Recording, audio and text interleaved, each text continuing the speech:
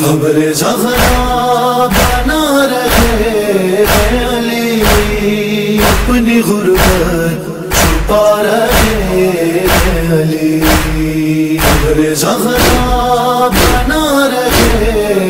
علی، اپنی غربت۔ باللہ من الشیطان الرجیم، بسم اللہ الرحمن الرحیم، الحمدللہ رب العالمین، والصلاة والسلام علی اشرف الانبیاء والمرسلین وعلی اہل بیتہ الطیبین الطاہرین المعصومین المظلومین الذین اذہب اللہ عنہم الرجس وطہرہم تطہیرا، اللہم صل علی محمد وآل محمد ولعنت اللہ علی اعدائہم اجمعین، اما بعد فقد قال اللہ تبارک وتعالی فی محکم کتابہ المجید وفرقانہ الحمید، بسم اللہ الرحمن الرحیم،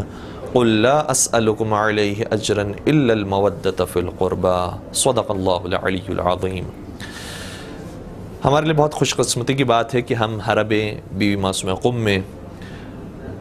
بین الاقوامی دفتر شعبہ اردو سے آپ کی خدمت میں حاضر ہیں، اور ہمارا موضوع گفتگو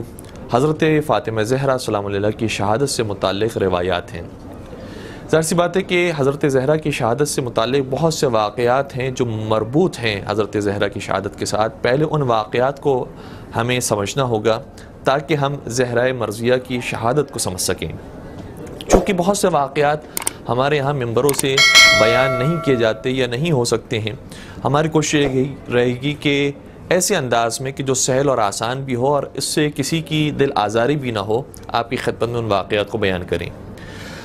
ہماری اب تک گفتگو یہاں تک پہنچی تھی کہ سقیفہ بنی ساعدہ میں 5 افراد نے کم از کم بیعت کر لی جناب ابو بکر بن ابی قحافہ کے ہاتھ پر،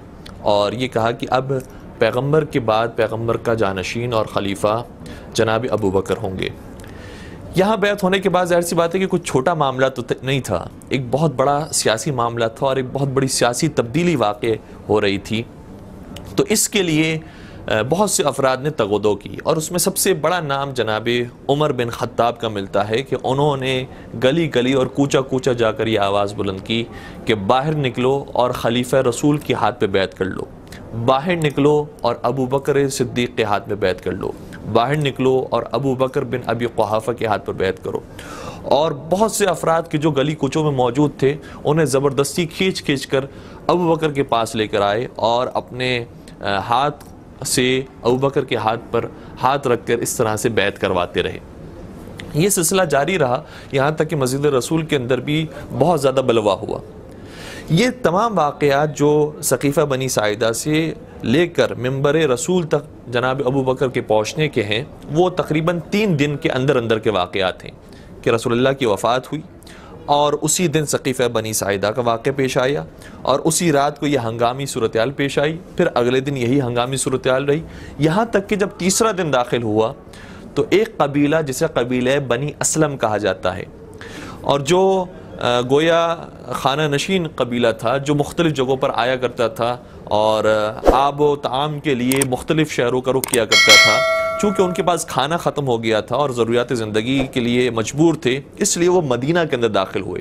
اور ظاہر سی بات ہے کہ آپ جانتے ہیں کہ جو بدو اور خانہ نشین قومیں ہوتی ہیں وہ بہت زیادہ یہ نہیں کہہ سکتے کہ ایلیٹ قوم ہو، اور وہ بہت زیادہ فضائل و مناقب اور مقام و مرتبہ رکھنے والی قوم ہو۔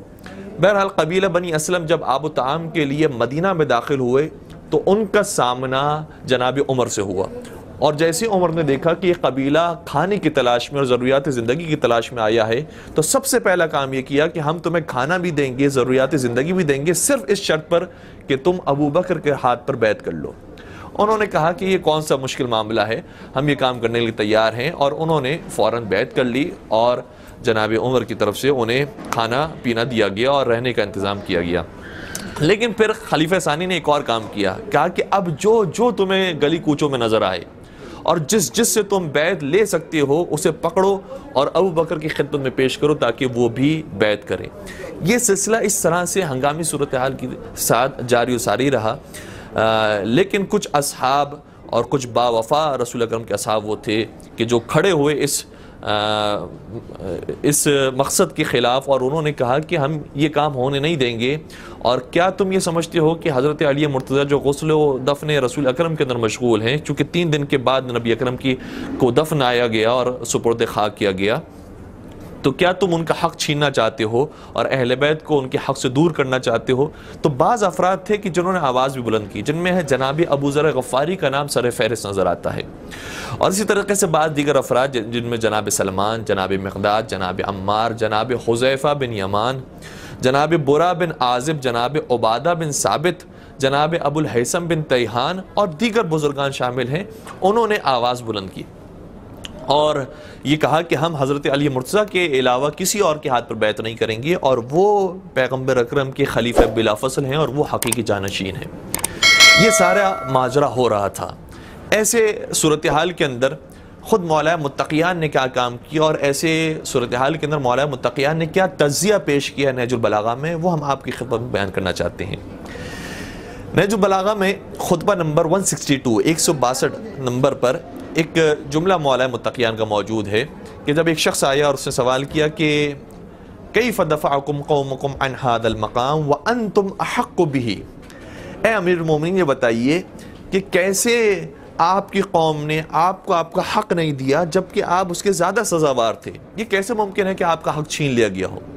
اچھا، جس موقع پر اس شخص نے سوال کیا اور نہج البلاغہ میں یہ روایت موجود ہے، وہ ایسا موقع تھا کہ جب جنگ ہو رہی تھی، ظاہراً جنگ جمل یا جنگ صفین ہو رہی تھی،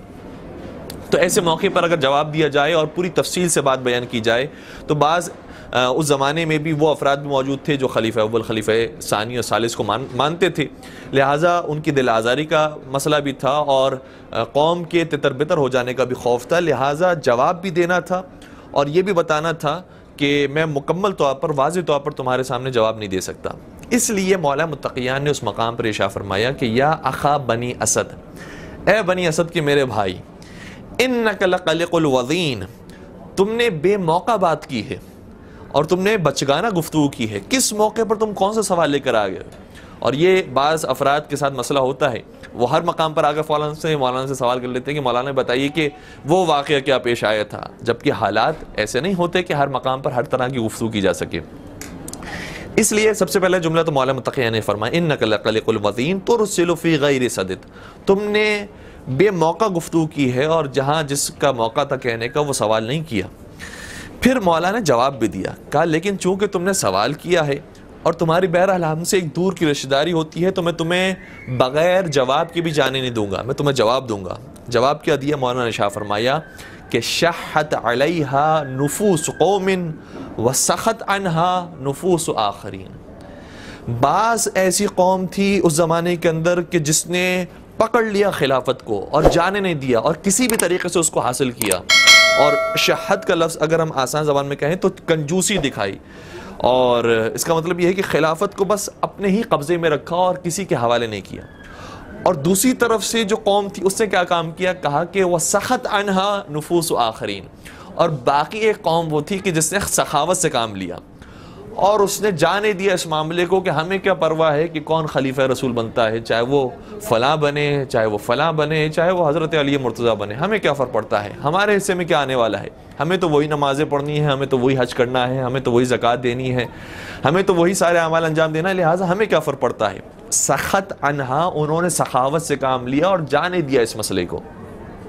اور کئی سارے روایات اس موضوع پر آئی ہیں جس میں پتہ چلتا ہے کہ بار بار حضرت زہرہ مرضیہ، مولا متقیان یا دیگر حتیٰ مہاجرین اور انصار جو مولا متقیان کا ساتھ دینے والے تھے، وہ جاتے تھے لوگوں کے پاس اور کہتے تھے کھڑے کیوں نہیں ہوتے ہو،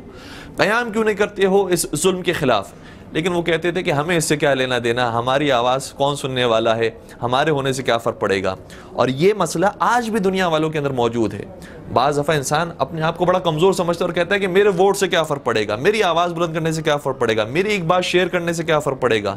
میں آگے اگر آواز اپنی رکھوں گا اور بلند کروں گا تو کیا فرق پڑے گا۔ نہیں عزیزوں، اگر ایک جگہ پر بھی آپ نے اپنی آواز کو بلند کیا، یہ ایک مل کر لاکھ میں تبدیل ہو جاتا ہے، کروڑوں میں تبدیل ہو جاتا ہے، اور اس کو لوگ محسوس کرتے ہیں اور اس سے حکومتیں تبدیل ہو جاتی ہیں۔ تو اس زمانے میں لوگوں نے مختلف طریقوں سے مولا متقیان کا ساتھ دینے سے انکار کر دیا۔ کسی نے کہا کہ ہم بیعت کر چکے ہیں اس لیے آپ کا ساتھ نہیں دے سکتے۔ کسی نے کہا کہ اے علی تم جوان ہو، جب تم بزرگ ہو جاؤ گے اور بڑے ہو جاؤ گے اس وقت ہم تمہارے ہاتھ پر بیعت کریں گے۔ کسی نے کہا کہ تم شوخ طبیعت کے مالک ہو اور ہم کسی سخت انسان کو پسند کرتے ہیں کہ جو واقعاً ادارہ کر سکے ایک حکومت کا۔ کسی نے کہا کہ نہیں آپ بہت زیادہ سخت ہیں اور شریعت کے معاملے میں ذرا سی بھی آپ تبدیلی برداشت نہیں کرتے، اس لیے آپ کی سختی کی وجہ سے ہم برداشت نہیں کریں گے۔ اور کسی نے کہا کہ ایک ہی خاندان میں عرب پسند نہیں کرتا کہ نبوت بھی ہو اور خلافت بھی ہو۔ تو مختلف بہانوں سے مختلف لوگوں نے کنارہ کشی اختیار کی اور اس طریقے سے مولا متقیان اپنے حق سے محروم ہو گئے۔ پروردگار سے دعا کرتے ہیں کہ آج جو پروردگار نے ہمیں استطاعت دی ہے اس کے مطابق مولا متقیان کا دفاع کرنے کی اور مکتب اہل بیت کو دنیا میں عام کرنے کی ہمیں توفیق عطا فرمائے۔ وآخر دعوانا الحمدللہ۔